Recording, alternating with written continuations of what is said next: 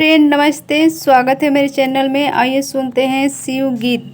भोला सूतल बाणे नींद में जगाई कोई से, भोला सूतल बाणे नींद में जगाई कोई से, काशी नगरिया से जल भरलईनी,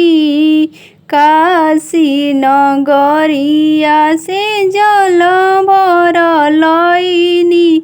बिना रे आदेश के चढ़ाई कोई से, भोला सूतल बाणे नींद में जगाई कोई से, भोला सूतल बाणे नींद में जगाई कोई से,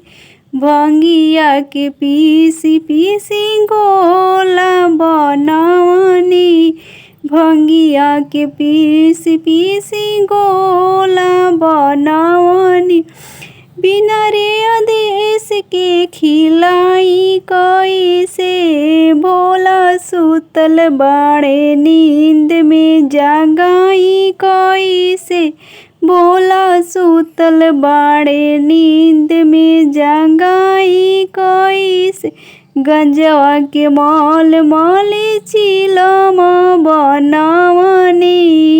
गंजवा के माल माल चिलम बनवनी, बिना रे आदेश के चढ़ाई कोई से, भोला सूतल बाणे नींद में जगाई कोई से, भोला सूतल बाणे नींद में, मलिया के घरवा से फूलावा ले आईनी, मलिया के घरवा से फूलावा ले आवनी, बिना रे आदेश के चढ़ाई कोई से, भोला सूतल बाणे नींद में जगाई कोई से, भोला सूतल बाणे नींद में, ग्वाला के घरवा से दूधावा ले आईनी, ग्वाला के घरवा से दूधावा ले आईनी, बिना